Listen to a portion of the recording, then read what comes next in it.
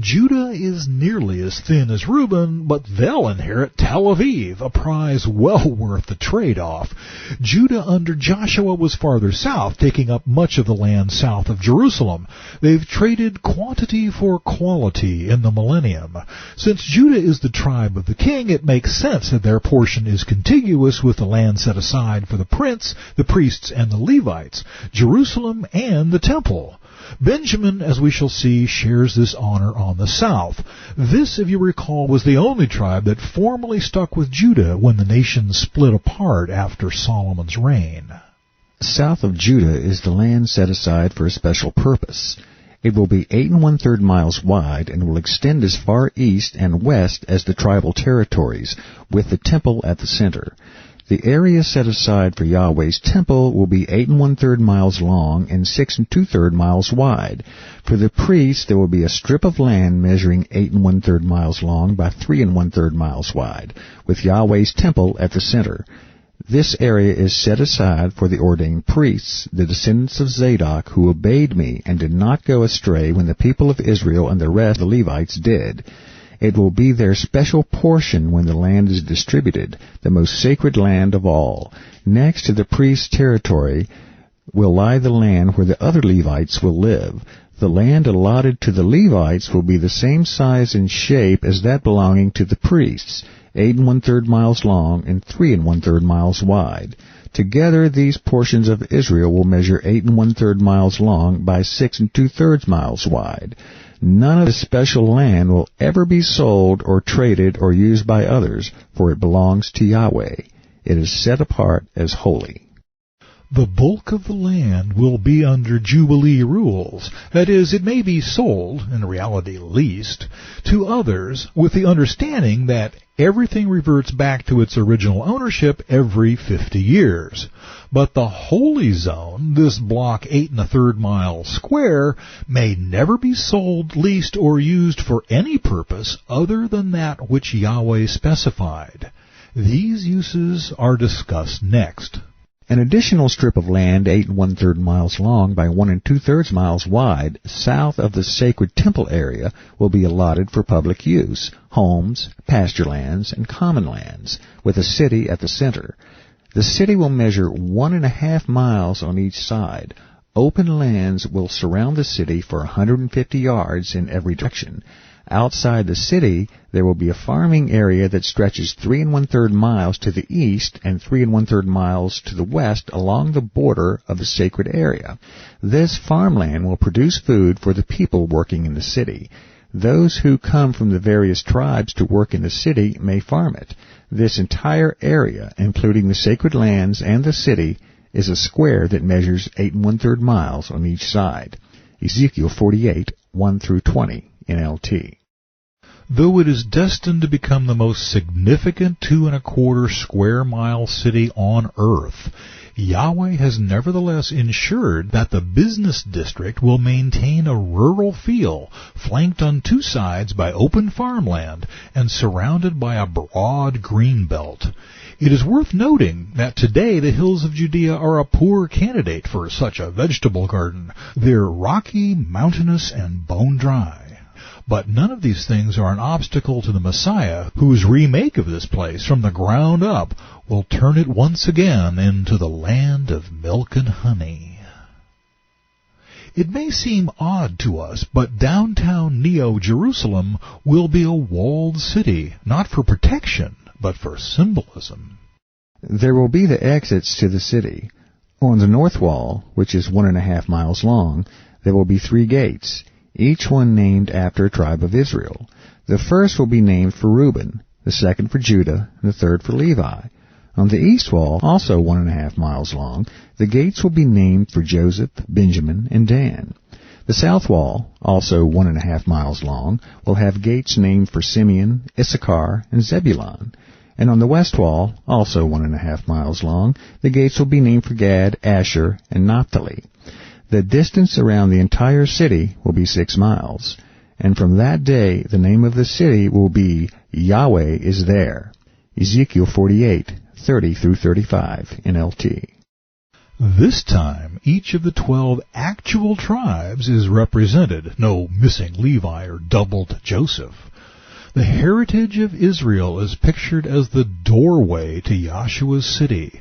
If nothing else, this is a scathing rebuke of Christians who harbor anti-Semitic sentiments. Martin Luther comes to mind as a prominent example. If Yahweh is willing to honor Israel in this way, so should we. Zechariah saw a vision reminiscent of Ezekiel's, with an angelic surveyor measuring the future Jerusalem that seems at first to contradict it. I raised my eyes and looked, and behold, a man with a measuring line in his hand. So I said, Where are you going? And he said to me, To measure Jerusalem, to see what is its width and what is its length. And there was the angel who talked with me going out, and another angel was coming out to meet him, who said to him, Run, speak to this young man, saying, Jerusalem shall be inhabited as towns without walls, because of the multitude of men and livestock in it. For I, says Yahweh, will be a wall of fire all around her, and I will be the glory in her midst. Zechariah 2, 1-5.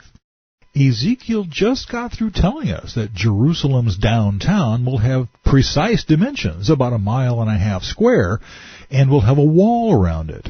But this young man in Zach's vision is being told the city will be too big to wall in or even measure. Don't even bother trying. Nor will there be any need for a defensive wall, for Yahweh is there to protect her.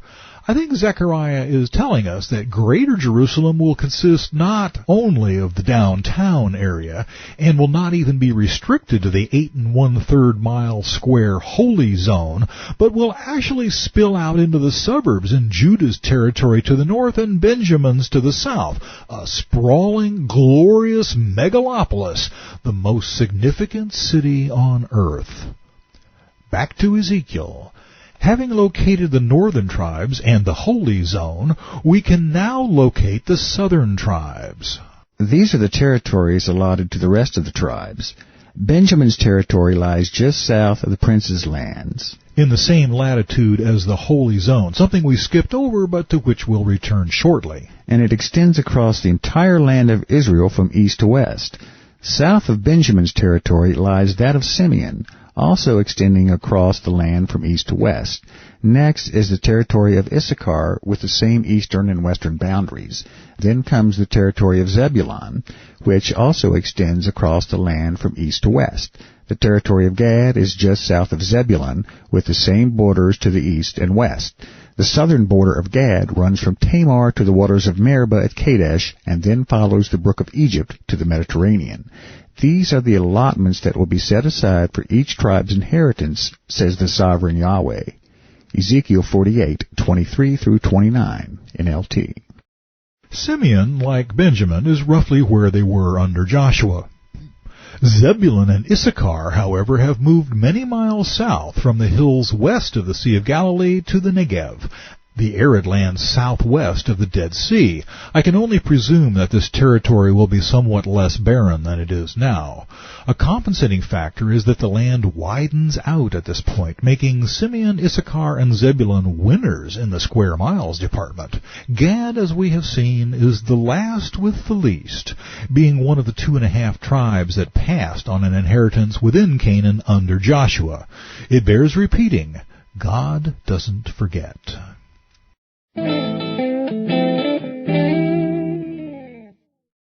Earlier, we were introduced to the concept of a civil administrator ruling over Israel, not the Messiah, but someone who governs under him. This prince was even identified. My servant David shall be their prince forever. Ezekiel 37:25. The fact that David has been dead for 3,000 years shouldn't be viewed as an obstacle. Did not Yahshua promise his disciples that they would rule over the 12 tribes of Israel? Did not John reveal that those who have a part in the first resurrection will reign with him 1,000 years? Revelation 26. Amazingly, it is us to whom the prophet referred when he said, I will set up shepherds over them who will feed them, and they shall fear no more, nor be dismayed, nor shall they be lacking, says Yahweh. Jeremiah 23:4. Our physical deaths are not a problem for God. Everyone listed above will be given an immortal body, and in that body they, that's we, will assist King Yahshua in the administration of earth. The very thought makes me blush, but David, having been a king already, is presumably better prepared for this than I am. The prince, then, is the resurrected David, a man after God's own heart. I have a feeling that he will function less like an elected president or prime minister than as the patriarch of a royal family. As we shall see, his physical descendants will also play a role in the millennial administration of Israel. But first, Ezekiel describes the estates of the Israeli royal family. 2 special sections of land will be set apart for the prince. One section will share a border with the east side of the sacred lands and city. That's the 8 1/3 mile square. And the second section will share a border on the west side. Then the far eastern and western borders of the prince's lands will line up with the eastern and western boundaries of the tribal areas. These selections of land will be the prince's allotment. Ezekiel 45, 7 and 8 NLT. The prophet clarifies the description a few chapters later. The areas that remain to the east and to the west of the sacred lands and the city will belong to the prince. Each of these areas will be 8 1/3 miles wide, extending in opposite directions to the eastern and western borders of Israel. So the prince's land will include everything between the territories allotted to Judah and Benjamin except for the areas set aside for the sacred lands and the city. Ezekiel 48, 21 and 22 NLT. In the previous chapter, we saw how there will be 2 rivers flowing from the temple, one toward the east and one toward the west. Both the eastward and westward flowing rivers would traverse the prince's lands on their way to the sea. That fact alone will make this area prime property indeed. Ezekiel used the prophesied integrity of the millennial princes, plural this time, the mortal descendants of David, as a scourge to chasten the princes of his day for their less than exemplary behavior. My princes will no longer oppress and rob my people. Like you do, is the implication. They will assign the rest of the land to the people, giving an allotment to each tribe. For this is what the sovereign Yahweh says. Enough, you princes of Israel. Stop all your violence and oppression and do what is just and right. Quit robbing and cheating my people out of their land. Stop expelling them from their homes. You must use only honest weights and scales. Ezekiel 45, 8 through 10 NLT.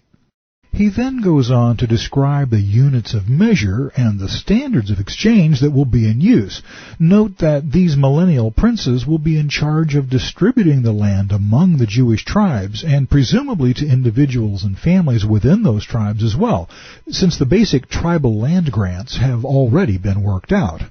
Honesty, needless to say, will be considered the chief of virtues in this endeavor.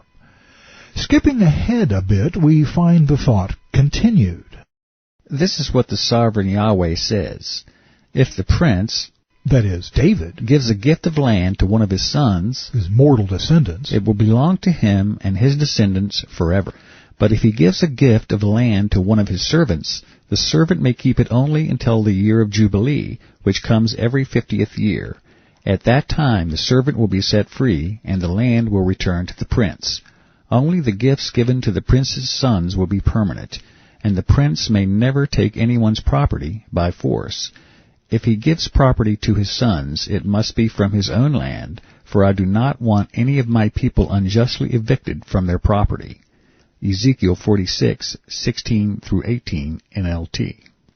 The reason the prince, the resurrected David, is given so much land is that he will be dividing it among his mortal descendants, the royal family of Israel. Notice the prince's lands border the territory of his own tribe, Judah, on the north. There will be 20 jubilees during the millennium, one every 50 years, in which the lands that have been leased to others will revert to their original God-appointed owners, though the real owner is Yahweh himself. Thus the tribal zones will remain intact throughout the millennium.